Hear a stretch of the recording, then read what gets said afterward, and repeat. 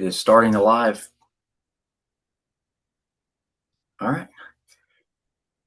Well, Joe, first, we'd like to welcome everybody with us. This is Matt Lofton with Elite Worldwide. Joined with me today is Joe Marconi, also with Elite Worldwide. I promised you guys last week to hang in there with us. We'd get the hang of this technology thing and figure out how to get Joe added on this week. Looks like we were successful in getting Joe added. So Joe, I appreciate you taking some time and meeting with me today. And I apologize for the inconvenience of last week that kind of left you stuck on the sidelines. But glad we got No. you with us today. My pleasure. Yeah, I was testing my typing skills last week in the chat, so this is a lot better, a lot easier, I should say. But thank you for inviting me and having me here every Monday. This is going to be real good, Matt. Really good. We're going to try to help a lot of people and share our experiences, our knowledge, our perspective. Everybody's got their own perspective, but I think we're going to bring something very different to the industry, and this is going to be really good for a lot of people. Yeah. So again, we're calling this our Monday under the hood. So me and Joe are going to be doing a live event every single Monday from here out. And we'll have a topic that we hope to bring to you guys and present a little bit of information. Afterwards, we'll try to have some sort of resource to send out to everybody that registers or requests. And yeah, if you guys have any questions, feel free to post in the chat. We'll post a copy of this recording to our Facebook page when everything is done. So if you guys have any questions after the fact, please feel free to reach out and let us know. But yeah, we'll go ahead and jump into it. So last week, we had our client meeting, all hands client meeting here at Elite. And we had a topic in that conversation where we were talking about what a perfect day looks like for the team. And I thought that would be a really good conversation for us to break down today, Joe, and just spend a little bit of time with our listeners and tell them how important it is to try to think about and curate, what a perfect day looks like. And then how do we pass that down to the team and how do we share that with them so that they Yeah, know what a perfect day looks like. Right. So, yeah, we talk to clients all the time and we hear, from the coaching perspective, one of the first things that we ask when we get online with a client is, how was your week? Right. How did everything go last week? And we've reviewed the data, in the performance report to see what the performance actually was. And we have a non-biased view of what we feel like the week was, but we want to get their opinion. And a lot of times, what we hear from the coaching perspective is, and I'm sure that you guys hear the same thing from an employee standpoint, is there's a there's a very emotional attachment to how the day or the week went, right? And their perception of the day or their perception of the week is tied more to those um, emotional feelings than it is to some objective standard that says this was a good day or a good week, or this was a not so good day or a not so good week. And so if we have those deficiencies as an owner and a leader, then you can imagine, from an employee standpoint, they probably have a lot of those same issues and same questions about what really makes up a good day. And I know that I found that to be the case in my store with my team and my yep, managers. yep. We really sat down and described it. And so, Joe, before we get started, kind of give me your thoughts on that. And Well, yeah, you make a great point, and I always reference back when I first started as a business owner, and the day was always reactive. You went in, you didn't know what to expect, and you hoped the best. Luck and hope is not a plan, and too many of us we tend to manage our businesses by driving, looking in the rearview mirror, and that's what happened in the past. So we're going to talk a lot about being very proactive with intent to understand what the day looks like. And you're right, Matt. To live in this reactionary world where we're not planning, we don't have those goals set in place. We don't visualize what in our minds first what that day looks like for ourselves. How can we communicate that to our team? And everybody's got to be on the same page. Everybody. It's like, you go out and you have team of 10 people rowing a boat. They all have to be rowing in the same direction at the same time in order for you to reach that objective. So this is an important topic today, and one that once you start to understand it and get that planning down to a point where you enter each day with intent to get these objectives cleared in your mind on paper, and then communicate that to the team, I think you're going to find a lot of things fall into place better. Or else you just pick up the pieces, Matt, right? You just pick up the pieces and putting out fires all day long, and you're wondering what the heck happened, you know? So it's a very, very important topic, and one that I was looking forward to help to present to you today. Yeah, and so what we want to do today is we want to kind of build a framework for how do you design what your perfect day is? How do you pass down that perfect day to the team? And then how do we differentiate between a lucky day and a purposely built perfect day?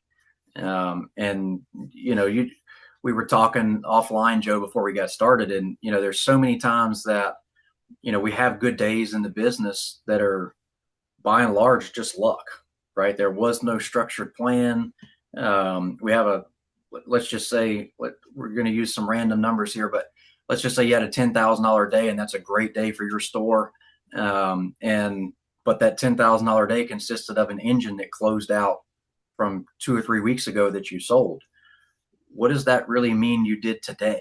Like, what did that have to do with today? So we want to help try to build some targets, defined, how does your day start? What do we do in the middle part of the day? What do we do before we leave? How do we build a plan, for our future, for tomorrow's, to make sure that we have as much success in our tomorrows as we possibly can? Because Joe, we know that if we plan to fail, we are failing. We're failing to plan. We are planning to fail, right? That's exactly right. Yeah. And I want to so, bring up one very important point though, Matt. yeah, go I ahead. hate to interrupt you, but I want to make this clear. And it's how when we are in that reactive mode, it's overwhelming to us. It almost pushes us to the point, if we're not careful, to the point of burnout. And this is very, very important. If you're always reactive to the day, and the day is going to have obstacles, we're going to talk about in a little bit. You're going to have challenges and problems. So, yeah, but in order to have a plan in place, you need to be very, very diligent about what that day looks like. You don't want to go home at the end of the day saying to yourself, I know I was busy. I just don't know what I did or accomplished. And if you did have a good day, like you said, Matt, was it by accident? I mean, that's not really, I mean, it's good, take the win, but it's not really what you want. Your process has to be that every day is try as best as possible to be repeatable and predictable. Those two words are very important. Repeatable and predictable, knowing that things will go wrong. That's just a fact. So we're going to walk through those steps, right, Matt? You're going to clearly outline these steps, and it's going to be one that I hope everybody's taking notes because it's very, very important. Yeah, and like I said, take some notes, but we're also going to share these slides at the end, and then we also have a resource that we're going to give you guys that'll help walk you through this process that we're outlining today. And so, but yeah, Joe's 100% correct. I mean, if we've got to sit down, we have to sit down and think about, what makes up a perfect day, and once we do that, and we can be honest with ourselves, because not every day is going to be perfect, right? You can plan it however you want it, but the best laid plans, fall to pieces in the moment, right? It's just what it is. We've got a sign in our shop for the technicians, that every 15-minute job is one broken bolt away from being a wasted day. Yeah, And that's, I mean, I've that's been kind of there. Yeah. that's factual, right? But just because things can happen that are unexpected that could derail the day doesn't mean that we shouldn't put a plan together for what it should look like if everything goes right. Because sometimes things will go right. And then if we have a plan, if we get used to planning, the day for it to go right, we can also start planning contingency plans, right? So what happens if something goes wrong? So, if you think about a military operation, right, Joe? So we have a special operations unit that's going to be going behind enemy lines, and they have an objective. They're planning that event out for days and weeks before Yeah. they go do it. They're practice running it. and then they're also having strategy sessions about what are all the things that could go wrong You're wrong. in Yeah. this, and if it Awareness. goes wrong, what do we do? What's Yeah. backup plan number one, two, Yeah. three, four, five, right? Yeah. Yeah. And so, Joe, I know me and you share, we share a love for sports, and a lot of our analogies are sports analogies. So Yep. Yep. I'll apologize to our non-sports listeners out there. You're going to hear a few sports analogies today, and you'll just have to bear with us on it. But it's very similar, very similar to a game plan that goes into a game, right? So we get together with the team. We have a plan of, based off who our opponent is, of what the best strategy to attack based off the opponent and the skill sets of our team. And then we're going to put a plan together, right? And we're going to have, like you always talked about, Joe, the first 10 plays are going to be scripted, right? Yeah. And we're doing that just to have some idea about how the flow of the game is going to go. By the third play, we might be throwing away the rest of those 7 scripted plays, right? It just Crossing them out. Yeah. might Yeah. they might Yeah. already have an answer for it, right? So what we're going to talk about today, the framework that we're going to use, we have 5 pillars for the perfect day that we're going to discuss. So the first one, we're going to call it the scoreboard. And the scoreboard are the numbers that define the perfect day. So again, Joe, we can't play a game if we don't know what the parameters of the scoreboard are, right? Like if Right. we don't know who wins or loses at the end, then how do we define whether this was a good day or a bad day? And again, we want this to be as objective as possible. We're going to give you some examples about what numbers could make up that scoreboard for you. But we really want to encourage you to have your own scoreboard. At the end of this, what is your perfect day? What are the metrics? What are the key numbers that really matter to you and your team? And they might change over time, right? They might be different. You might have different metrics that you're focusing on at different times. So we need to build a scoreboard. The second pillar is going to be the playbook, right? So what are the core systems? What are the core actions that have to happen throughout the day to produce the winning score, right? To produce the outputs that we're looking for. So that's going to be the playbook. Then we call it halftime. So pillar number 3 is going to be halftime. We got to have some check-ins, right? So if you think about a football game, at the end of the second quarter, both teams go to the locker room and the coaching staff gets together and they start reviewing data from the first half, and they start seeing what was successful, what was not successful. Maybe they're even reviewing some film of some individual plays, and they're developing a secondary strategy for the second half of the game, right? So it's not going to be a completely revamp of the pregame strategy, but they're going to make some tweaks and changes in the game, in the moment. So we need to have a halfway checkpoint throughout the day that we're reviewing where we're at. So this is the pace check that catches problems early, because the sooner we can identify an issue and the sooner we can develop a contingency plan or act on our contingency plan to overcome that issue, the more we're going to be able to marginalize lower performing days, right? We can't stop it, but we can marginalize it. And that's what we really want to do.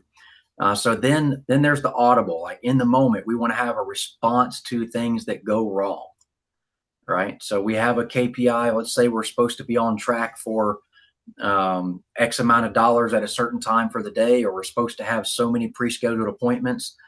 We need to have an audible list that our team can call that says we're supposed to have 10 pre-scheduled appointments today and we only have 5. What do we do? There needs to be something that the team knows that in this situation, we have to call an audible and we have to go this direction instead of this direction, right? Because not every single day is going to line up exactly as planned, just like every play in a game doesn't, the defense learns to react to what we do. And so, you're going to have some days that while you had it planned out nicely, you had 5 appointments that called and canceled last minute. You had a technician that called right before the shift and canceled called out right before the shift starts, right? So a lot of the things that we would have in our normal day plan kind of change in the moment there. So we need to be able to have some contingency plans in place and teach those contingency plans to the team and understand what are the triggers that force them to use that audible to go down a different path. And then the last part of it is the coaching session that happens at the end of the day. So the leader at the end of the day, um, we need to make sure that we have a way of reviewing what our performance was at the end of the day. Did we win or not? Did we got to go back and take a look at the scoreboard? Did we meet the objectives for the day? Yes or no? And they need to be objective, right? It doesn't need to be a subjective deal like like we talked about in the beginning. We hear a lot of shop owners or managers, and you ask them how their day was, and oh, it was a good day. We had a good day, and then you go objectively take a look at the numbers, and the numbers don't support that it was a good day. And so you press them on it, and you go, well, tell me a little bit more about why you feel like today was a good day. And they say, well, we had good conversations, everybody was in a good mood, we didn't have any issues today. Those are all subjective emotional feelings of not having problems. And just because we didn't have problems today doesn't necessarily mean that we had a successful day. So we need to be able to, identify that objectively, and then be able to coach on that and improve on the plan for tomorrow, because we always need to be working on the plan for tomorrow. So again, we're going to have our scoreboard so we understand whether we do or do not have a good day. We have a playbook. We have some core processes in place that people are going to follow, that are going to get us to that objective. We're going to have some check-in points throughout the day that allow us to view the performance, not just once at the end of the day, but throughout the day. So if we need to make an audible, we have the ability to call an audible and run a contingency plan. And then at the end of the day, we're going to review the entire day and then make our plan for the next day. Joe, I know you got a lot to say about all that.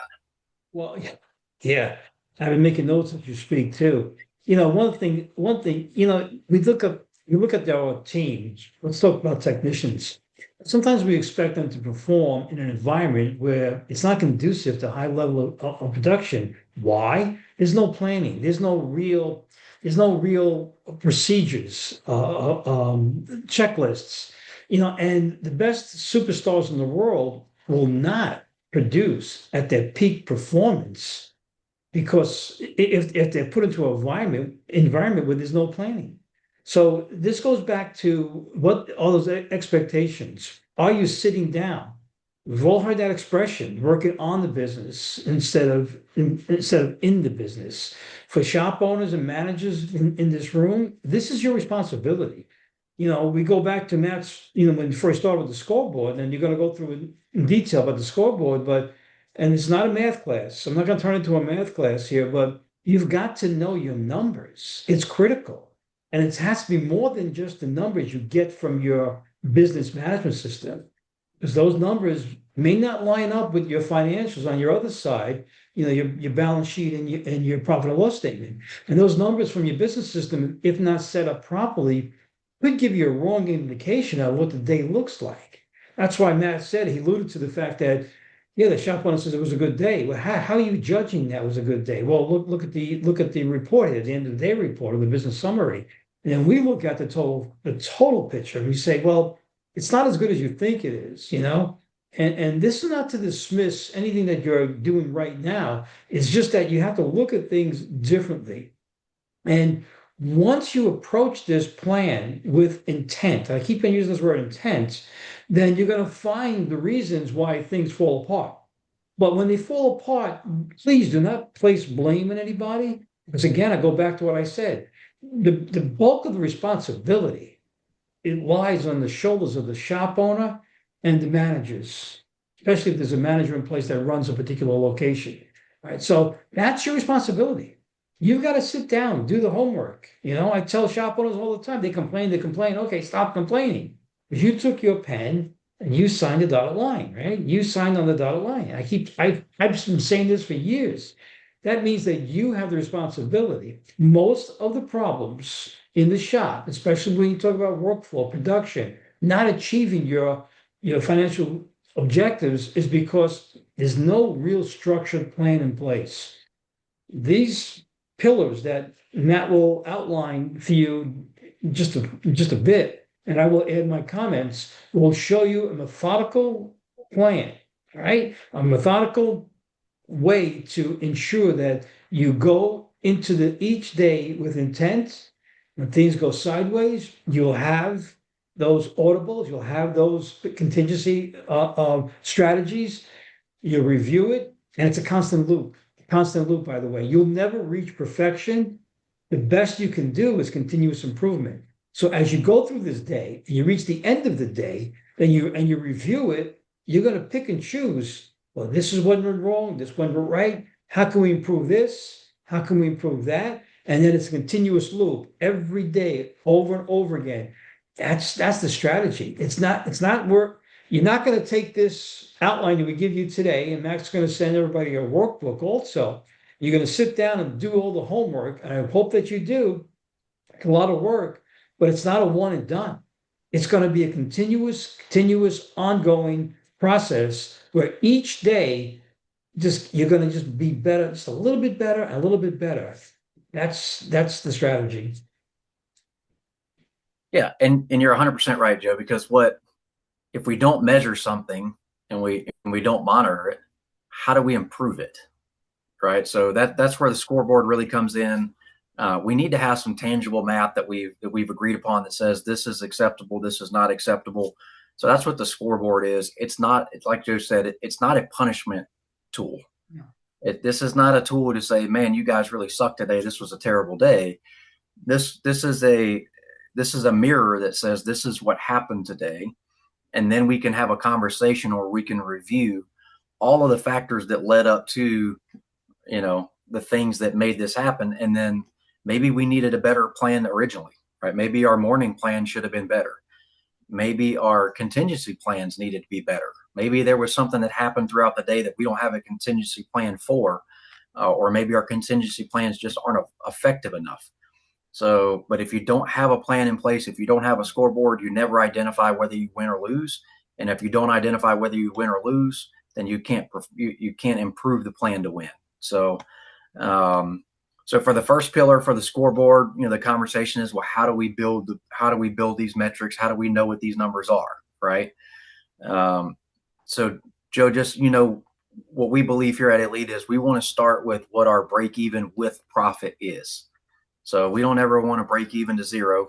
It's not that we don't want to know what that number is, but that's not an actionable number, because I can't build a goal around making no money. At least we don't want to. So we need to understand what our break even is with our net profit goal added into it, right?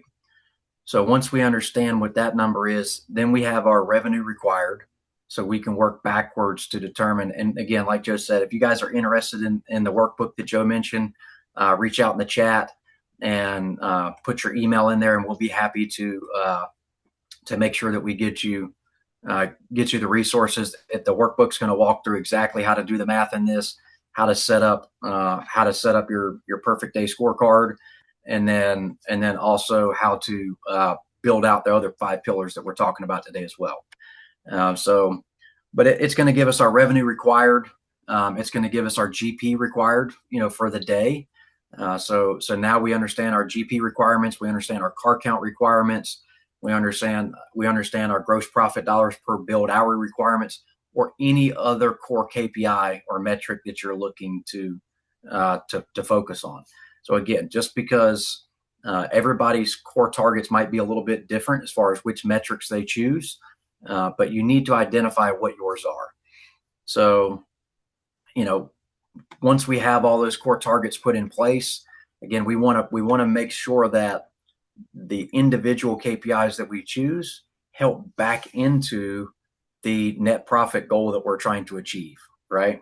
Because what we're really trying to do with our perfect day is every single perfect day should be building toward our perfect week, and our perfect week should be building toward our perfect month, and our perfect month should be at or above what our net profit goal is, right? That's how we identify this. So we want to make sure that we can back those KPIs into what our ideal outcome for the month is, or even for the year. So we're trying to break it down to the smallest increments.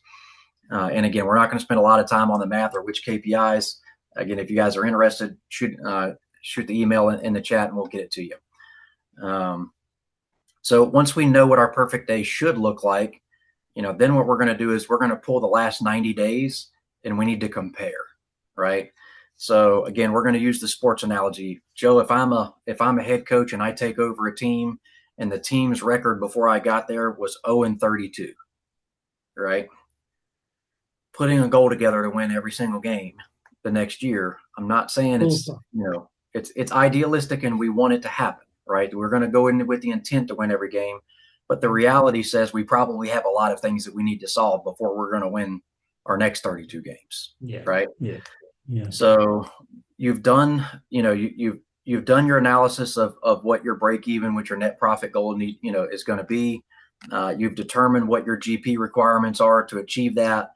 You've determined what your daily revenue requirements are to achieve that. You've broken out all your KPI goals individually to be able to get there. But now you go back and you take a look at your last 90 days, because your last 90 days is who you are right now, right? That's who you are. And so if we take a look at the last 90 days performance and we see that, we have to meet our objectives and to meet our goals, we need, let's just say, a $700 ARO. And then you go take a look at your last 90 days performance and you see that your ARO is, $400. I'm not saying you can't go from 400 to 700 overnight, but it's not likely, right? There's going to be some things that have to happen to be able to coach the team to get there. So what we don't want to do is put a perfect plan in place that's not achievable, right? We don't want to put a perfect day out there that's not achievable. So if you have a small gap, great. Go ahead and use that as your, go ahead and use your targets as your perfect day plan. If you have a pretty big gap, like a 15 to 30% gap between the two numbers, between what your current 90-day is and what your ideal numbers are, you need to set some bridge targets, right, Joe? Try to make it achievable for the team, because they need to be able to win at the end of the day. And I know we used to teach this in Eagles. Used to be one of our slides that a goal is defined as something that can be achieved between 50 and 80% of the time, right? Yeah. Anything below 50, it's an unrealistic goal. It's a dream. Anything above 80%, it should be a standard, right? If you're doing it 80% or more, that's just what you guys do. That's the standard. And so if the gap is really large, then what we need to do there. So for over 30%, the perfect day is the ceiling, meaning this is the best we could achieve, but we need to have a lot of bridge targets. We might need multiple bridge targets to build maybe a 6-month plan to be able to get to what our objectives really are. So Joe, before we jump in there, anything to say about those bridge targets and making sure that we're Yeah. realistic with Yeah. what our perfect day looks Yeah. like? Yeah, well, a couple of things, but the goals, goal setting, and you're right about that. You take a again, it's a sports analogy. I apologize, but they're good analogies. You take a high jumper, he wants to make the high school team. So there's a minimum level that is expected. You have any talent in the world, you're going to, can you jump over a certain height? Let's say that height is 5 feet. All right. So you put the bar at 5 feet. Now the expectation is to to really win, a championship in the high jump. You might be expected to jump 6.5 feet, but that's like you said, Matt, that may be unrealistic to go from 5 feet to 6.5 feet. So what do? They put the bar at 5 feet and they expect that athlete to master 5 feet. Then they raise it to 5'3" then 5'6", then 5'8". What they're doing is they're building skills and confidence. You need both of that. Both of those two formulas you need in order to achieve what you want to achieve. So if the person has talent and is coached well, that person will eventually go to the level of 6 foot plus, and then you're in the medal, what's called the medal round. All right. So, but it's a literally walking up the ladder and getting wins under your belt. See, that's the money that, if you look back and with any goal, if you put the goal out there so far, so high that it's really not that it's not attainable, but it's too much at one point to grab and take hold of, you lose passion and you lose your enthusiasm about that goal. If you were to set the bar, walk it up, and then celebrate those wins along the way, then you're gonna be in much better position to achieve your overall goals. Yep, absolutely right. And so, and I mean, that's the gap between good to great is small, but it's filled with all the little details, right? The gap between bad to good is pretty wide. But the gap between good to great is filled with little bitty details, and that's why these plans are so important. That's why having these details ironed out is so important. Um, a lot of you guys are probably a lot closer than you're giving yourselves credit for. You just hadn't filled in and thought about some of these details. Um, so when you're thinking about what KPIs are right for you, again, we're not going to choose them for you. The documents that we'll send are going to have some examples, but those are in no way, shape, or form what we're telling you yours should be. What we do want to make sure is that you take a look at KPIs that are leading KPIs instead of lagging KPIs. And so, and Joe, you know this, there's KPIs out there, so a lagging KPI would be end of day sales, right? That's a lagging KPI. We have to wait until the very end of the day to determine uh, whether we meet that number or not. That doesn't mean that you can't have any lagging KPIs on your KPI list, but we want to make sure that we have some leading KPIs because if we have a leading KPI, it tells you what will happen in the future. A lagging KPI tells you what happened as a result of all the things that you did, right? Yeah. And again, at that halfway check or our audible check-ins, what we want some leading KPIs that are telling us what's actually happening in the moment or what will happen in the future. So a leading KPI for us would be scheduled appointments, right? If I walk in today and I've got 0 scheduled appointments, Joe, what do we know about today? It's going to be a tough day, a real tough day. It Yeah. doesn't mean that it's destined to fail, but it No, means it's you not. have a real uphill battle, and it will be dumb luck that the phone Yeah. starts ringing and Yeah. everybody starts showing up and it just happens, right? That's the point. That's the point. See, a lot of shop owners at that point would sit on their hands, right? And say, well, today's going to be a bad day. It will be a tough day, but you have to change your mindset, how you react to that. And that's the whole point of this. Once you recognize the obstacle, the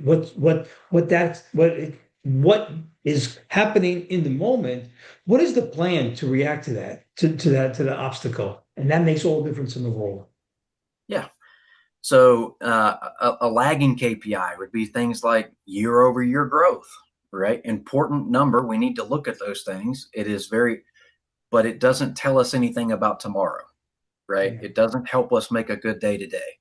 It allows us to review and see how we've done over time to see if the things that we've done in the moment were good things or not.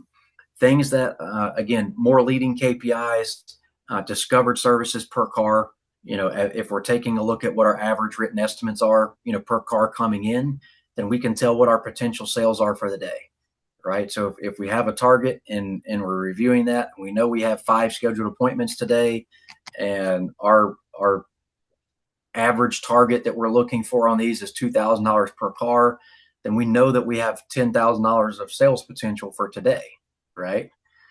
And we know we can back into what our normal close percentage is, and we can get a good idea about what our projected sales number should be for the day, right? Because those are leading KPIs.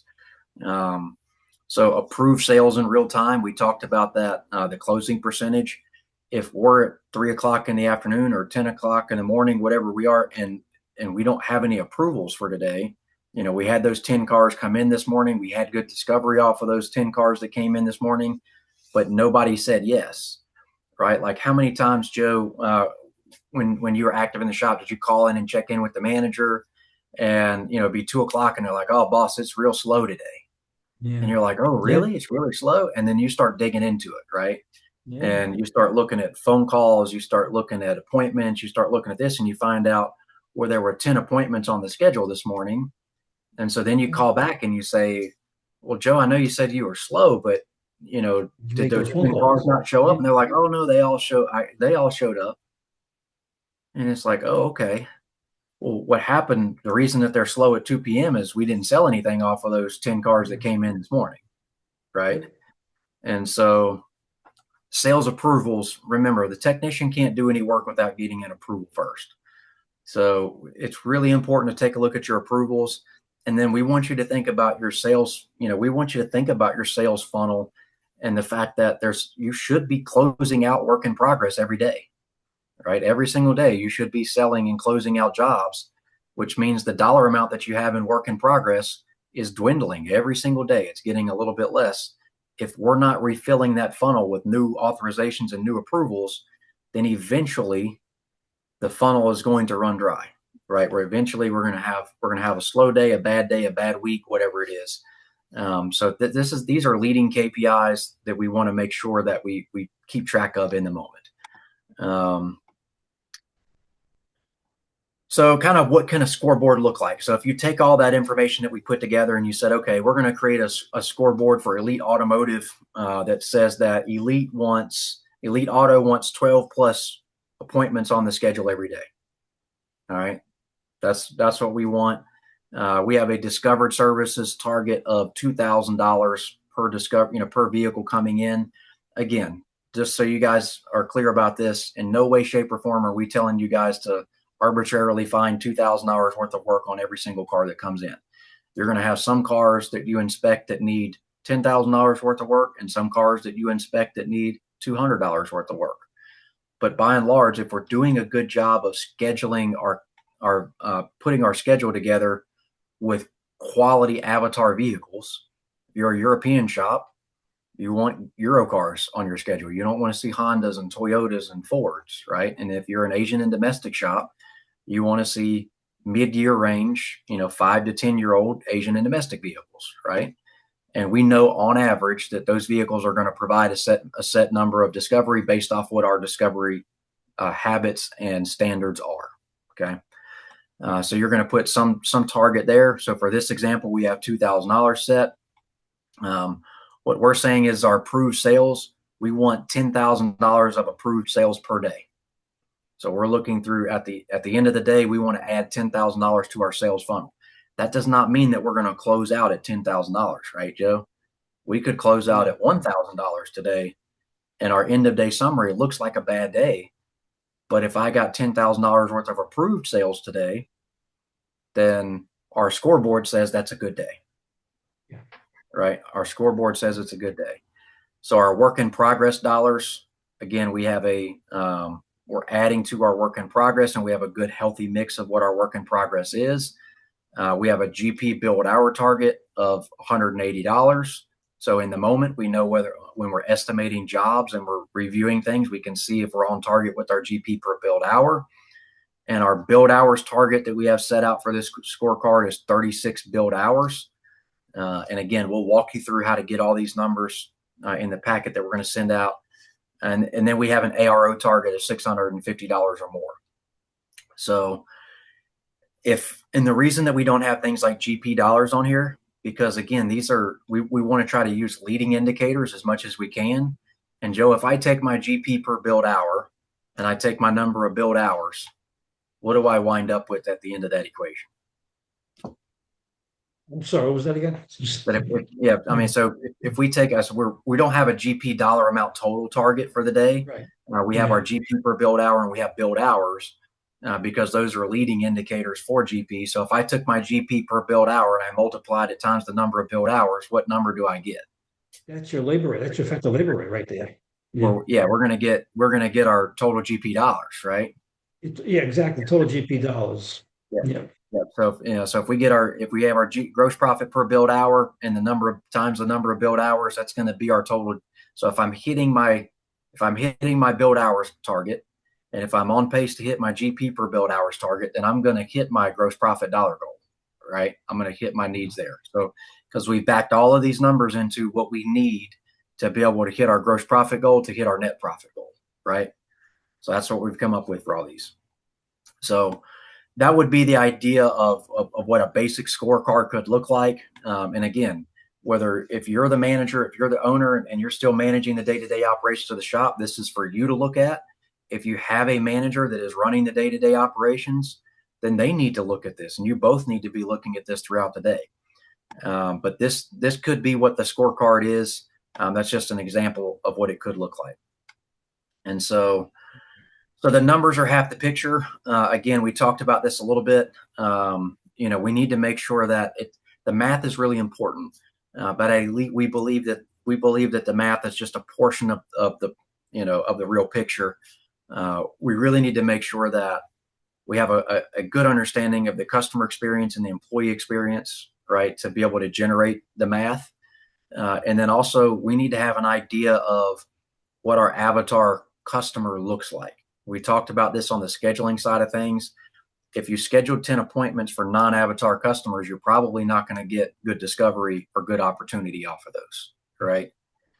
If we bring in a bunch of 2025 Hyundai Kias, nothing wrong with those vehicles, but they're not going to yield you a lot of discovery, right? It's just not going to happen. And again, if we're an Asian and domestic gasoline shop and we bring in a bunch of diesels or European diesels on top of that, we might generate a bunch of discovery, but our close percentage is going to be next to nothing because we don't have the expertise to do the work of that discovery. So we need to make sure that we understand what our avatar vehicles are, what our avatar customer looks like. We need to make sure that we have a curated experience for the customer, a curated experience for the employee. And then we need to make sure that we're paying attention to the mix of work that we're bringing in and that we understand what work that we bring in actually drives our dollars. And that's going to be different for every shop. We preach a lot the preventative maintenance and service and repairs, but we have clients out there that that are heavy driveline that do or heavy diag that do very, very well, but their team is set up to do that, right? They have the team in place. That is their avatar job. They like doing that type of work. Their pricing strategy is set up for them to be successful that way. They have a niche in their market that allows them to charge a rate that allows them to be profitable to do that type of work. So again, they have a curated game plan around that business model. You need to understand what what core services really drive your profit engine to make sure that we're doing the right things. And so for our scoreboard, we want to make sure that we start with the financial goal, that we back into those operational numbers, making sure that we're putting net profit at the forefront. We run a 90-day report to see where we actually are so we can compare what our current standard is to what the goal says that we need to be at. If the gap is wide, we need bridge targets. And then we need to lead with leading indicators, not lagging indicators.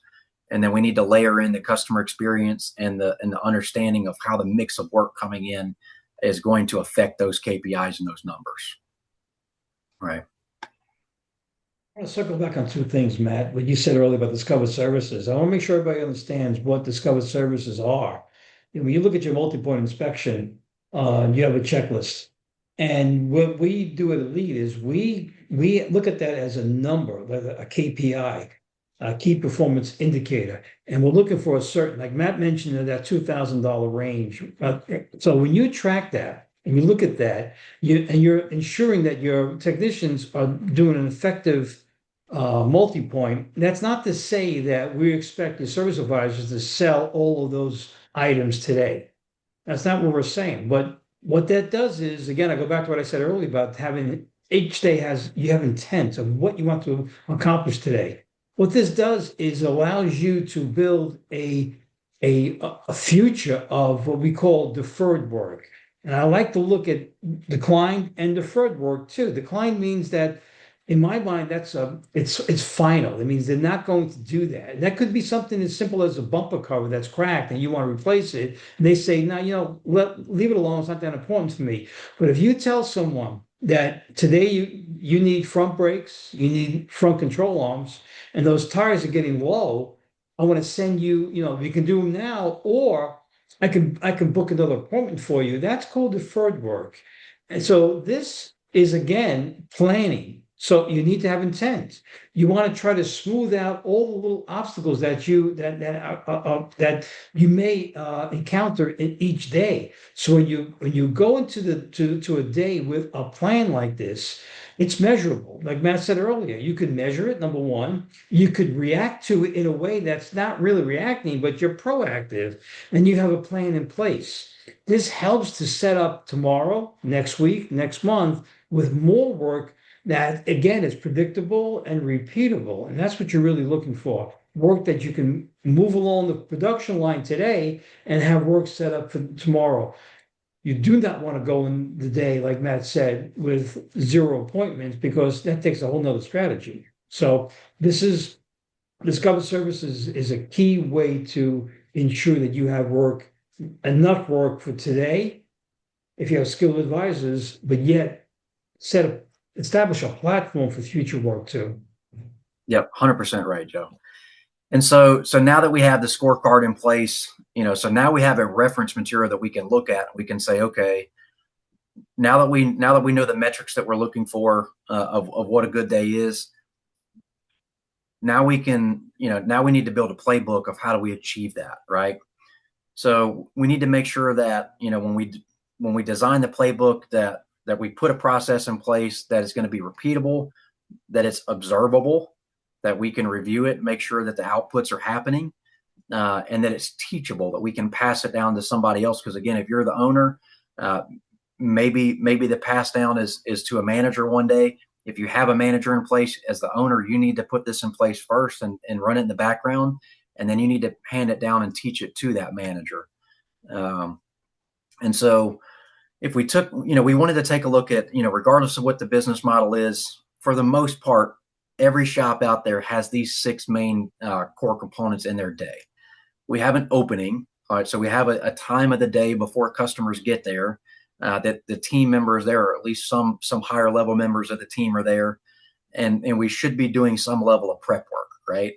I don't know too many shops that, stick the key in the door at 8 o'clock and open it up for the employees and the customers at the same time. If you are doing that, you should probably rethink that a little bit. There needs to be some level of time commitment in the morning to preparing for the day before customers get there. And I'm not saying that you have to open up at 7 o'clock. Maybe you don't start taking customers until 8:30. I'm just saying have some way of planning for your day before customers get there. Um, so most of us have some level of a morning rush, right? There's some level of a, there's drop offs from the night before. There's customers dropping off from the morning. There might be waiters if you allow waiting customers. So there's usually some element of work in the morning that's customer facing, that is kind of pushing the work. And even if you're 100% drop off and you never see a customer in person, you still have to process those cars from the drop box. You still have to get them in and get the inspections done. So we call that the morning push, because what you do in those first 2 hours of the day are what's going to define how the rest of the day is going to go. So the third step is we all have a halfway point in the day, and we want to do some sort of a halfway point audit, right? So there needs to be a pace check. Again, we talked about the morning push. We had those 10 scheduled appointments. We had 4 oil changes in the morning. 2 of them were waiters. At the halfway point of the day, we should have had some approved sales off of that work, because we're designing our perfect day around, rollover scheduled work from previous days, but also about what we're adding to the funnel today. And so if we didn't sell, if we're behind the 8 ball at the midday checkpoint, we know that most of the new opportunity that we gave ourselves happened in that morning push, right, Joe? And so at the halfway point, if we're behind, there has to be something that there's got to be, we got to trigger something to do to get us back where we need to be. So then we have afternoon production. A lot of us are, taking the work that we sold in the morning and trying to get that work completed in the afternoon. We're getting parts ordered, parts in, tickets distributed to technicians, and getting that work completed. And then we have our, by this time that work's already going, and it's going to get, whatever's going to get done is going to get done. All right. So at some point, somewhere around that 3 o'clock range, we need to start planning and preparing for tomorrow, right? Because we know we have a tomorrow that's coming up. And so we need to plan and prepare for that. And then we all close out the end of the day, right? At the end of the day, there's a definitive end to our day. We all go home. At least I hope we all go home. I hope you're not working, sleeping in the shop and staying there 24/7. But for 99.9% of us, there is a defined end to the day, Done and that cars too. are I've done delivered to that too, man. customers. Do it now. I've done that too, early Yeah, on. yeah. That's right. Joe's told the story before about having a cot in the shop and, Yeah. sleeping in the cot and waking up to get work done. So we we strongly hope that none of you guys are out there doing that. But there's a definitive end to the day. that's where you're going to do your end of day review. You're going to write notes. We're going to audit our numbers from today, and we're going to take a look at that scorecard. So this is kind of the rhythm of the playbook that we want you guys to put together. So the output of the playbook, um, by the end of this time window, um, so if we take a look at it, the day's kind of broken up into thirds. By the end of this time, so the first third, what should be visibly different in the shop, on the schedule, in the customer's car, who owns this block. So we want to know who owns, the different time blocks that we're looking at. What is the signal of whether we're on track or not, in these different times. So we have the first third of the day, second third of the day, and the final third of the day. So we want to have some little check-ins here. And then our next pillar is going to be the halfway checkpoint. So that halftime, so somewhere between 10 and 12, in the day, if we can catch it early, we can impact the rest of the day, or have a chance to impact the rest of the day. If we don't catch it early, we have no chance of impacting the day at all. So we need to make sure that we have some sort of a check-in, that we're reviewing the scorecard multiple times a day. If we do catch it early, and let's say that, okay, car count is low today, therefore it's giving us low discovery opportunity, which is going to impact what our total sales potential is. If we know that, then we can get on our outbound calls list, right? We can start reaching out to our fleet customers. There's things that we can do with our contingency plans that allow us to be successful. If we wait till the end of the day, everything's already done, right? If we wait till the end of the day, there's nothing that we can do. The gap is too big. So we need to have some sort of a check-in no later than the halfway point of the day, where we're reviewing what we have on the schedule for the rest of the day. We're reviewing what we sold from this morning, we're putting together almost a secondary in-day game plan, right? So we started off with a plan, and then we're going to review how that plan went, and then we're going to determine whether we need to change the plan or not to move forward. All right. So the pre-open is, are we set up to win? The 10 o'clock check-in, or the halfway check-in, is, are we on pace? We're going to take a look at our scorecard to see if we're on pace. By 2 p.m. or 3 p.m., somewhere in there, uses arbitrary numbers here, guys, or arbitrary times. Are we still on pace? I mean, can we still hit the day or not, right? Can we hit it? Is there anything that we can do last minute push to make this happen? And then we're reviewing our pipeline, our work in progress, save the deals if we need to. And then at the end of the day, we're doing an honest assessment of, did we hit our goals? We're reviewing our scorecard to what our end of day looks like. And then we're identifying what went right and what went wrong, so we can make better plans for tomorrow, right? And so that's going to be our checkpoint framework that we want you guys to set up. And again, the timelines that we have here, they're arbitrary. You could have them set at, 7, 12, and 3, doesn't matter. Just have some point in time that you're checking in with the team, and then not just checking in with the team, but checking in with the team to what the scoreboard says, right? What the scorecard says. Yeah. I want to add something here. We're going to revisit it later on, a little later on, but it's the leader's attitude, their tone that they take.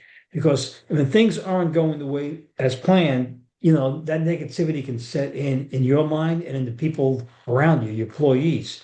What I want you to do is make sure that when you have these little huddles, whether it's at, I used to like 10, 11, 2, 2:30, then again at 3:34, huddles with your people and find, but you are in a position to either bring the team down or bring the team up. So if it's not going as planned, that's okay. You rev them up. We can do this. We can do this. You got to be like a cheerleader. That's the role of a shop owner and of the manager. You have to rev them up. Don't fall into the trap of being throwing your hands up and says, well, it's a wasted day again. Don't go down that road. You've got to be the one that's pushing and pushing, but give them encouragement. You can do this. Will it always work out fine? Maybe not, maybe not. But I guarantee you one thing: if you take the attitude of a negative mindset and throw your hands up, that's gonna be infectious throughout the entire organization and bring everybody down. You'll never have a chance to get where you want to get to. So remain positive, encourage. Again, look at the situation. You have your contingency decisions to make them decisively.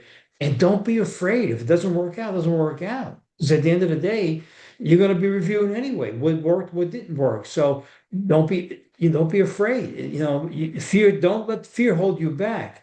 So remain diligent, remain upbeat, positive mindset, and make those decisions. You will see that in the long run, things are working out. Like look at the greatest football, again, a sports analogy, but I apologize, but the football player that throws the ball and throws the ball and throws the ball, he's going to make a lot of mistakes, throw a lot of interceptions and a lot of missed balls. But I guarantee you, because he's making decisions to get that ball down the field, it's gonna work out more in his favor than it's not, because of that attitude, that right mindset. Yeah, and you're 100% right, Joe. So I mean, we've got to be, you know, like you said, you got to be the cheerleader. You have to make sure that you have to make sure that you're selling the vision of the day, that you're selling the Every fact that this day, is possible. every day. And again, if you don't believe it, how are you going to how are you going to empower the team to believe it, right? Yeah, And so you have these check-ins, and if things aren't on pace, that's okay. It's okay. It's not the end of the world. But if you don't realize it before the end of the day, then you have no chance of impacting it. The yeah, point of this is not to sit back and identify how terrible of a job we're doing on a day in and day out basis. no, The intent of this is if we're not on pace for the perfect day, that we play to the echo of the whistle, right? We do everything that we can possibly do with yeah, our effort to allow the perfect day to have a chance of happening. Because if we yeah, don't do that, then we're going to have a lot of days that fall by the wayside that we just make excuses for. Oh, it's the state fairs in town. Oh, we had bad weather today.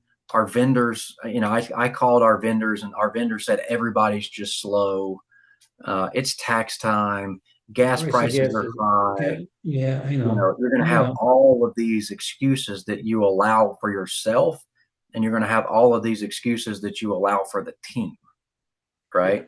And the bottom line is this: when we open up the doors, we should be providing the best version of ourselves to our customers, regardless of all of those things, regardless of whether you have technicians that called out, whether it's raining outside, whether parts are showing up on time. And so if we have that same expectation to deliver that experience to the customer, then why shouldn't we have the same expectation for the output of that experience? Right? We should have the same expectation that we're going to have a great day every single day that we show up. And so we're going to give our max effort to make sure that that day happens. The scorecard and this whole plan, or this whole conversation that we're having, is just us. It's just for us to have a way to identify, a, what is the perfect day, and then what are the steps that need to happen that allow the perfect day to take place, right? And so the next thing that we want to talk about is the audible, right? So we've identified that, man, something happened in the day that was, less than ideal, and we need to have an audible. The day is not going right. How do we change the play to put us in a position to have a chance to be successful, even though things are happening that are less than ideal? So let's say that we're taking a look at our appointments for today, and we're below our daily floor for appointments, right? That means that before we even get started with today, the potential for today is limited, right? But if I know that at the 3 o'clock mark, and I'm looking at tomorrow, and I'm already building a plan for tomorrow, I can start calling audibles in there, and start picking up the phone and calling fleet accounts. I can call deferred service customers like Joe talked about. We can call pre-scheduled appointments for the future and see if we can back them into a day. Our VIP customers. There's lots of things that we can do there that can trigger some action on the team. Um, let's just say we're taking a look at the schedule, and we got too many waiters, right? So we talked about the customer experience being a big part of what makes a perfect day. Joe, if we had 12 appointments first thing in the morning, and all 12 of them are waiters, right? So we know we need 12 appointments, right? yeah, So as a manager, I stack the appointments. We do first come, first serve, and we give the customer the choice to choose between waiting and dropping off. They And all all of wait. them choose to Yeah, wait. And we've got 12 pre-scheduled waiters at 8 o'clock in the morning. yeah. Are It's a tough is are morning. we going to have Yeah. are we No, going to have a that's good a day? tough Or morning. No, that's a tough morning. yeah. That's a tough So I morning. mean, Yep. that's going to be difficult to have the conversations Very that you difficult. need. It's going to be Yeah. difficult to get the discovery that you need. It's going to be difficult to have the time to build the estimates that you need. And it's going to be difficult to sell off of that, right? So you're probably going to bring in 12 cars first thing in the morning. You're going to go through the primary concern evaluations, more than likely some oil changes, maybe tire rotations, things along those lines. And then those cars are going to leave. And that's Yeah. going to be the 2 o'clock call that you're like, hey guys, how's everything? Oh, we're real slow, boss. Everything's just dead. And then you go look and you see, well, we had 12 cars this morning and you had $150 ARO off of those 12 Yeah. cars. Yeah. Well, you're not slow. You're dead because you didn't provide any billable hours. You didn't provide any work for the team to do. So, we need to make sure that we're taking a look at that and that we have some triggers in place for that. Again, do we have full tech attendance? Do we have our build hours matched for the day? With our rollover and what our potentials are. So we need audibles for all these things. Like, what do we do if we're looking throughout the day? Each one of those KPIs that we chose, we need a contingency plan in place for what happens when that particular KPI is off target. So if we set a KPI for scheduled appointments, like we talked about, and we only have 4 scheduled appointments, what is the contingency plan to get 8 or more appointments in? Right? If we have a contingency plan for discovered services targets, and we do our halfway check-in and we don't have enough discovered services for the day, we're not on track for that, what are we going to do? Because Joe, without discovered potential sales, you have no sales. It just is what it is, Yeah. right? So um, you know if we're light on that, is the plan to get more cars in? Is the plan to reinspect vehicles that have come through? What is the plan? It doesn't matter what it is. You got to think about it and put it together with your team. Meet with the team and think about, what do we do if we get to our halfway checkpoint through the day and we're behind in these areas? What can we do? Right. So I want you to think about those things and make sure that you think about them and you put together what your plan is. And we talk to a lot of shop owners, Joe, that have great businesses and they know how to do these things, Yeah. right? They're looking at these things intuitively throughout the day because they've Yeah. they've just Yeah. learned over time with experience how to do these things. They just don't realize that they do it, Yeah. right? Yeah. But if you sit down and you think about and you follow this plan, you're going to identify the things that you do naturally that allow you and your team to be successful. Yeah.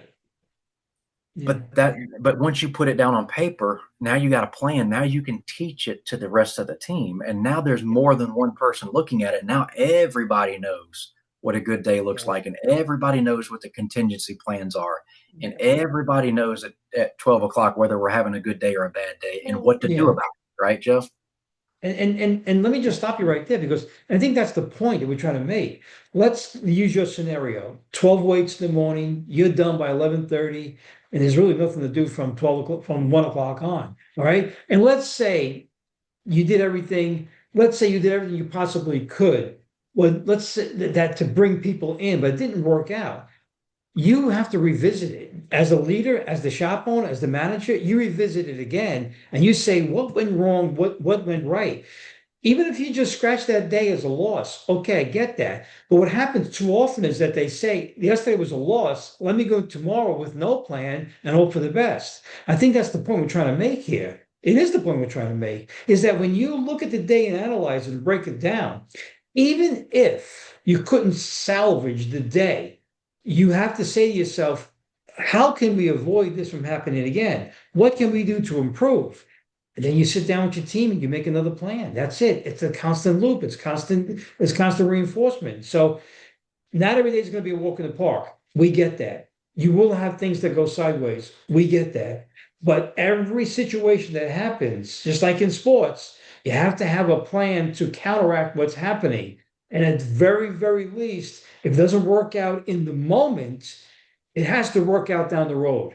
And that's the whole point of this. Yeah. So, I mean, the definition of insanity is doing Doing the the same same thing thing over and over over and and over over, again and expecting expecting different result. Yeah, results, right? yeah, yeah, And yeah, so if we wake up every single day and we make an excuse for why today was a bad day and we don't change anything, yeah, then tomorrow, yeah, given the same inputs, we're going to get yeah. the same outputs, Yeah, right? and let me just touch upon that too. We're not saying that gas prices don't have an effect. We're not saying that the Oh, weather. I'm in the Northeast. The weather has an effect. It does. I'm not saying that it will have an effect. What I'm saying is if you use that as an excuse, right, Matt? As an excuse, it shuts you down mentally. It tells you nothing I do is going to matter. But if you tell yourself, okay, every winter it snows in February, and the average, it's going to snow at least 6 times. I know that. So, what can I do to plan for that ahead of time? What can I do to make February a kick butt day, a kick month? What can I? Because if you use that mentality, your brain starts to work. It starts to figure out these. It starts to solve the problems. Once you tell yourself, "There's nothing I can do," guess what? There's nothing you're gonna do. You're gonna sit on your hands. You're done. You're mentally checked out. You're physically checked out. And then you say to yourself, you see, I told you February is a bad month. We don't want that from happening. We want to prevent that. We want you to look at what is your perfect day? What does that look like? And then try to duplicate that as often as possible. Guarantee, take it to the bank. If you understand that concept, you will have better, great days. Much better, yeah. great days. Yes. I mean, essentially what you're saying, Joe, is control your controllables, Control. right? Yeah, You exactly. have to Yeah, control your yeah, controllables and yeah, be in charge of what you're control of. exactly. Um, and the better job and the stuff that we're not in control or that we have no, we got to let it go. You got to be, Let it go. be like, Let it be like go. Elsa. Yeah, Elsa, let yeah, it go, let it yeah. go. It's 20 And inches of snow tomorrow. Okay, I can't control that. Well, what nothing can we I can do about control? Can I control the day after? Can I control next week? Can I start get on the phone? There's a lot I can do. There's a lot I can do. it. Yep, 100%. I can control how fast we remove the snow from the parking lot. There you I can go. Yeah, control, I can control, like I said, being proactive and calling out to people that are on the schedule yeah. and asking them, hey, Rearrange. Yeah, yeah, normally, hey, that person's lived there for 5 years or more. And it snowed 20 plus inches every single year that they live there. They know how long it takes for them to be able to get back on the road, yeah. They right? know. Hey, Yeah, Joe, it's supposed to snow 20 inches tomorrow. I'm assuming you're probably not coming in. yeah. Based off how this has happened in the past, when do you expect you're going to be able to reschedule this appointment? There you go. There you go. Right. Yeah, And yeah, so there are things that we can do. So number one, first thing that we need to, to develop our audible strategy, for each one of our KPIs, we need to develop a trigger, right? What is that trigger that says this is a problem? We've identified this as being behind, and this is a trigger that's going to, somebody's going to have to act, or it's going to require an action after this point. Um, so then we need to make sure that there's some meaning behind it, right? So what is at risk if we don't perform this action, right? What's going to happen? Everybody needs to understand that we're going to be low on production hours for today. We're going to be low on our car count for today. We're going to be low on our approved sales for today, whatever it is. Then we need to identify and define the actions that need to happen from the triggers, right?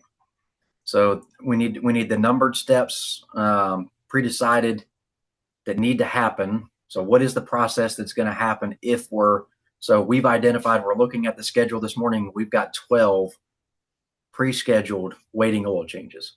yeah. Well, there's nothing you can do about that today. You can't change that in the moment, right? No. But there has to be, so that has to change your plan a little bit, right? What changes in your plan? Do you decide we're going to err on the side of customer experience and just make sure that we provide a great experience for all 12 of those, and we're going to let discovered services go by the wayside, right? What do we do? Use it. Yeah, yeah. You know, Set up because future appointments, deferred work. Yeah. What do you do? What's the plan? What's the strategy at this point? yeah, Just don't because accept it, right? Don't yeah, lay down and accept it. Yeah. yeah. So if we had a bad preparation for the day and we allowed something to creep in, or we had bad execution in a portion of the day, and we have to change the game plan a little bit, that's okay. We can just change the scoreboard of what we hope to, what is a win for today, right? So again, we identify we have those 12 waiting appointments. The ability to get discovery and sales off of that is gonna be difficult for most shops. Okay, there's some of you guys are out there predominantly waiters, and you got it set up that way, and that's great. But for most of us, that would be a day breaker, right? And so if that's the case, maybe I don't focus on discovery. Maybe it doesn't mean we're not going to look over vehicles and we're not going to make sure they're safe and reliable. What I'm saying is we're going to focus more on making sure that every customer has a good experience and that we sell the next visit, right? The real goal is let's not piss a bunch of customers off today, and let's make sure that we create an experience that allows them to come back and try our service again, right? Rather than just rushing through the whole process and giving most customers a bad experience. So what is the trigger? Doesn't matter what it is, identify what the actions are that the team is going to follow once we've identified that we're behind target on something.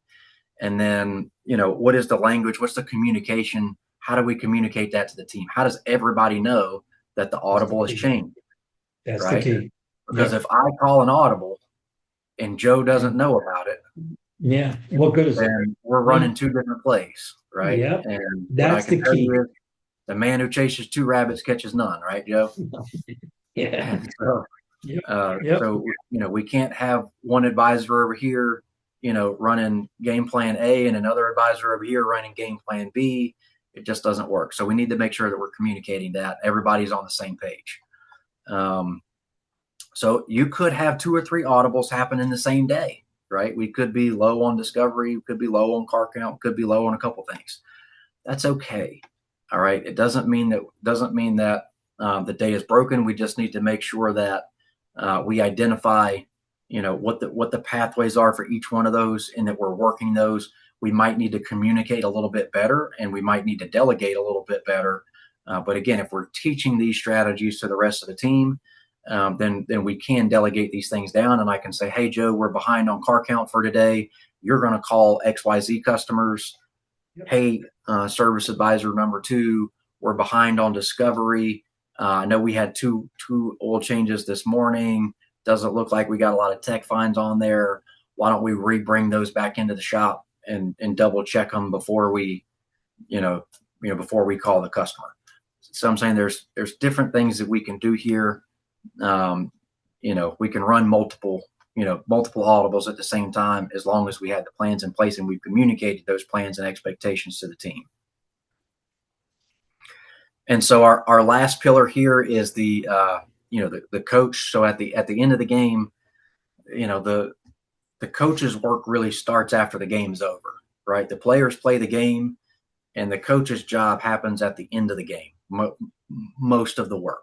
I'm not saying he doesn't have any input on how the game goes, but after the fact, when we have film, we have review of what the game plan was. How did we execute the game plan? And at the end of the day, what did the scoreboard say about how good the game plan was? If we got beat 70-0, we probably did not have a good game plan, right? The game plan was probably not good enough. So, we need to have, we're gonna open with a plan. We're gonna close with an audit.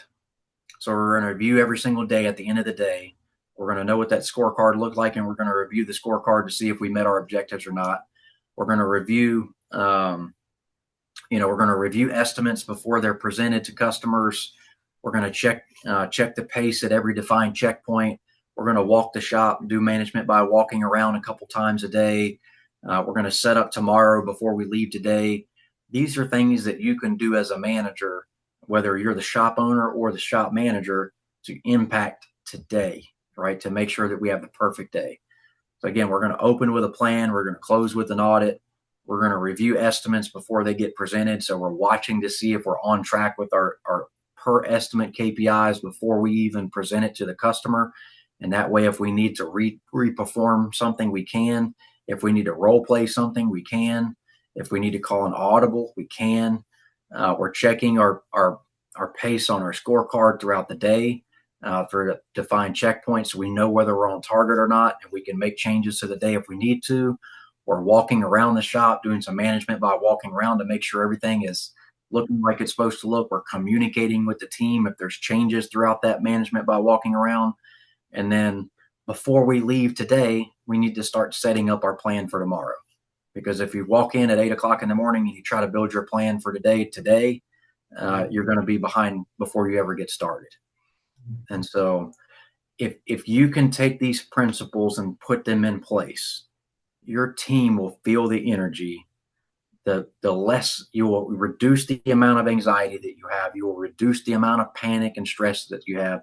You will become proactive instead of reactive, and everybody will pick up on that.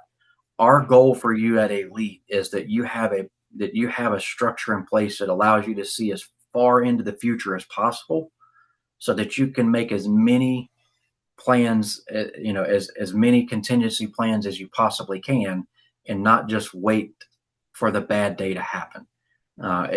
We teach the quadrants of time management a lot at Eagles, and Q2 is is important, but it is not urgent, right?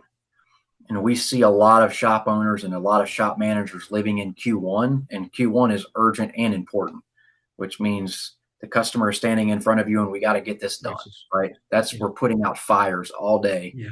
every day, and we're putting out those fires because we don't have a plan for today and we don't have a plan for tomorrow.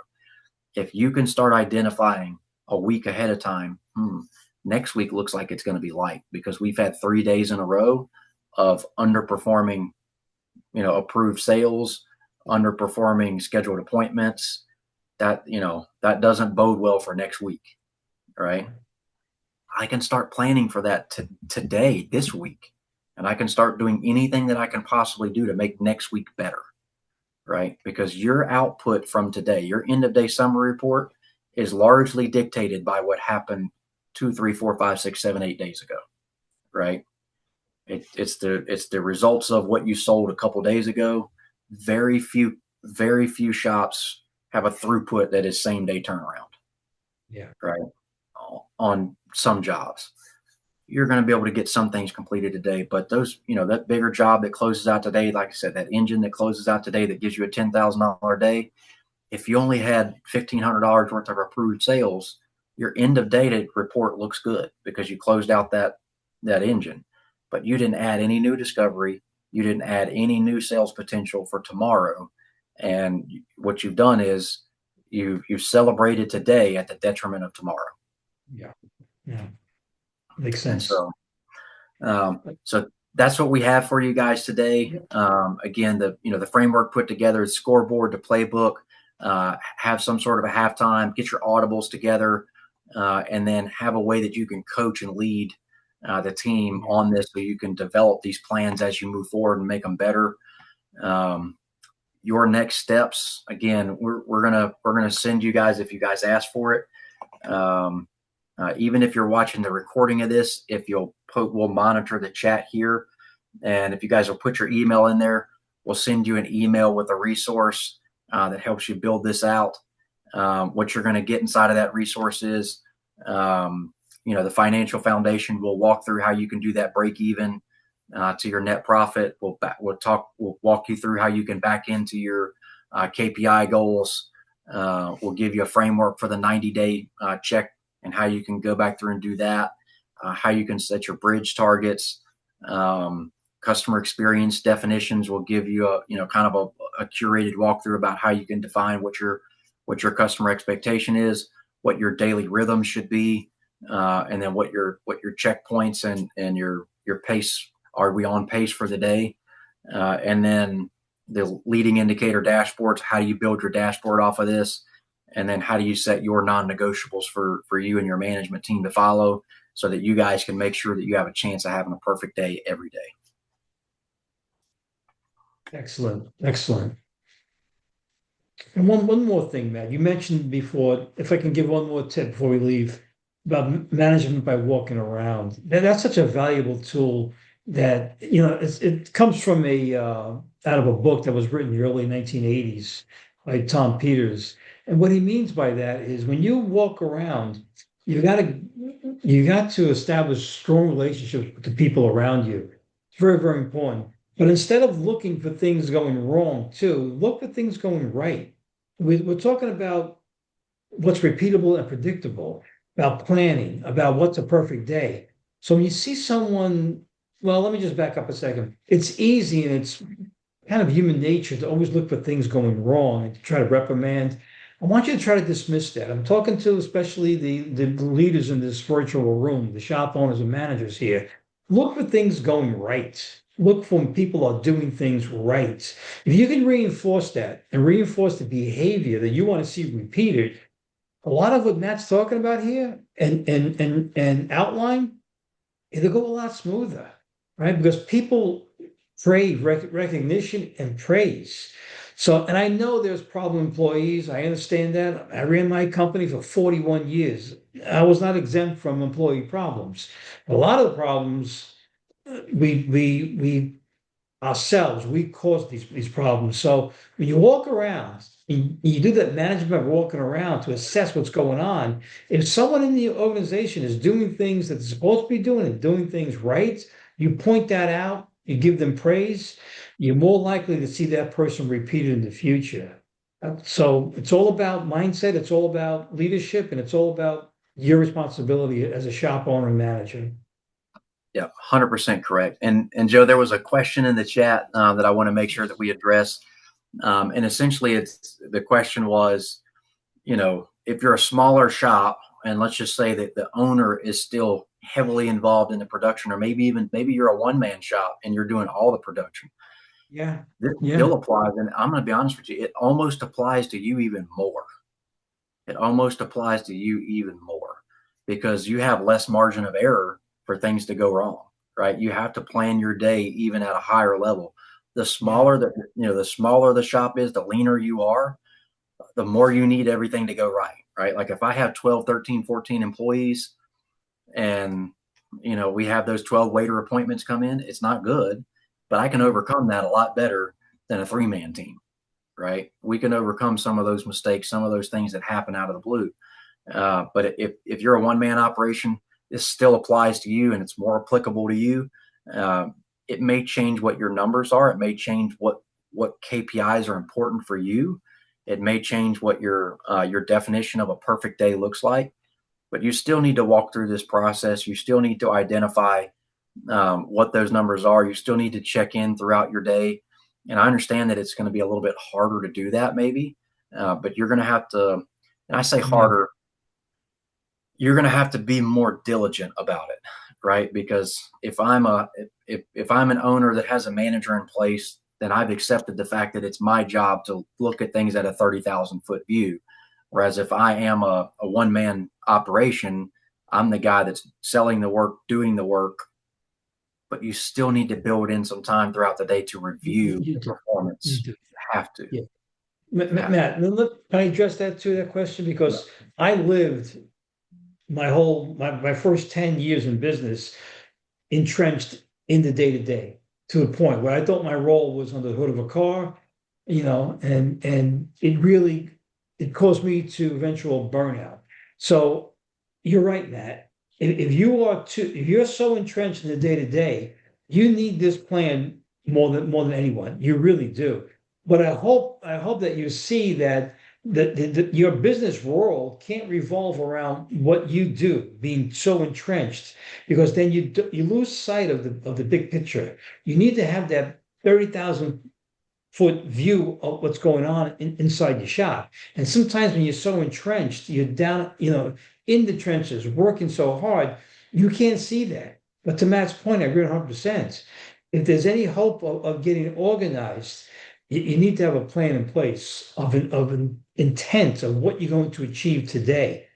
Because what happens eventually is you can't keep that pace up. It's just too difficult. It's too difficult. And because if you're reacting all day long, reacting, that takes a toll on you emotionally, physically, and mentally. You've got to be in a position where you're more proactive. And once I'm going to point this out to everyone here listening, and this person who asked that great question, it's a very important question. Once you realize your place and go into each day with intent of what am I going to accomplish, you will start to break away from the day to day. And then eventually, if you hire people around you, hire good people around you, then you'll see that the business should be run just a lot differently than what you're doing right now. Yep, Most of us start 100% that right. way, right, Matt? Most of us do Yeah. start that way. A So lot of involved businesses are going in to the start change. off, yeah, even if you're not a sole, a sole Yeah. owner operator, it's usually a small team, right? I mean, very few businesses start off with 13 employees unless you're buying an existing business that way. So, most of us are going to start off small. And again, what you're going to find is you know, it's, it's almost more critical, for the smaller team than it is for the bigger team. Although it's just Yeah. it's critical at all stages, right? Yeah. You gotta have an idea. You have to have a description of what good looks like. You have to have some sort of review to make sure that you're meeting that good standard. And then you got to have some contingency plans in place of what do you do when you get thrown some curveballs and things don't go Yeah. your way. Yeah. And Yeah. if you don't have that, like we talked about repeatedly, throughout this presentation, if you're planning, I mean, if you're failing to plan, then you're Yeah. planning to fail. Yeah. You can't leave this stuff up to chance. There are going to be things that happen that impact your day that you can't do anything about. That's okay. All right, Yeah. that's okay.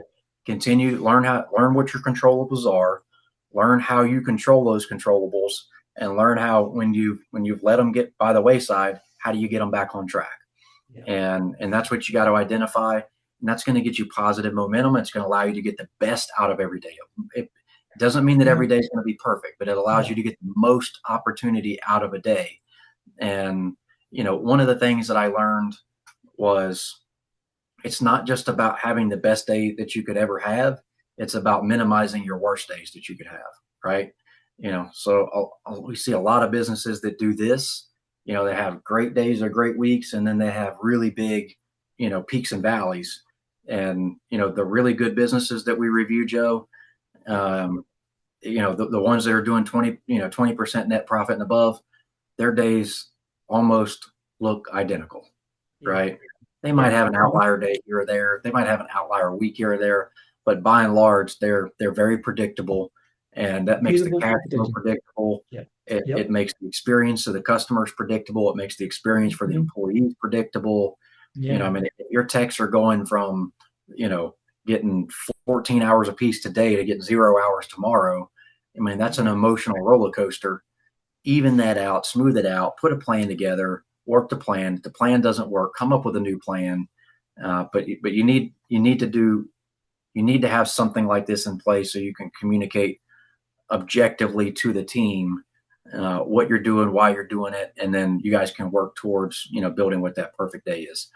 Um, Everybody that's in the chat that has put your information in there, we'll get these resources over to you as you guys are going through these resources. If you need some additional help, if you're a client, please reach out to your coach. If you're not a client, please reach out to myself or Joe, m.lofton@eliteworldwide.com or j.marconi@eliteworldwide.com. We just want to help you guys through this as best we can. If there's a way that we can be of assistance to you guys, if you're watching this and you're like, man, I know I need to do this. I know you guys are going to give me this resource, but I'm frustrated and I don't know how to put this in action. Reach out to us. We'd be happy to help you. There's no obligation. Again, Yeah. Elite, we're a people's first company. We want to make sure that we provide you the opportunity to have the business of your dream and that we have a business that works for you and not you working for it. And if there's a way that we can help you out with that, we'd be glad to help you. But Yeah. we're gonna be doing this series again every single Monday at lunchtime, 12 o'clock Eastern time. So that's all that we have for you today, Joe. I really appreciate your My time and all of pleasure. your input My for pleasure. today, and My we look pleasure. forward to bringing our next topic to you next week. Okay. Thanks, Matt. Have a great day. You Great day, guys have a great everybody. day. Take care. Bye now.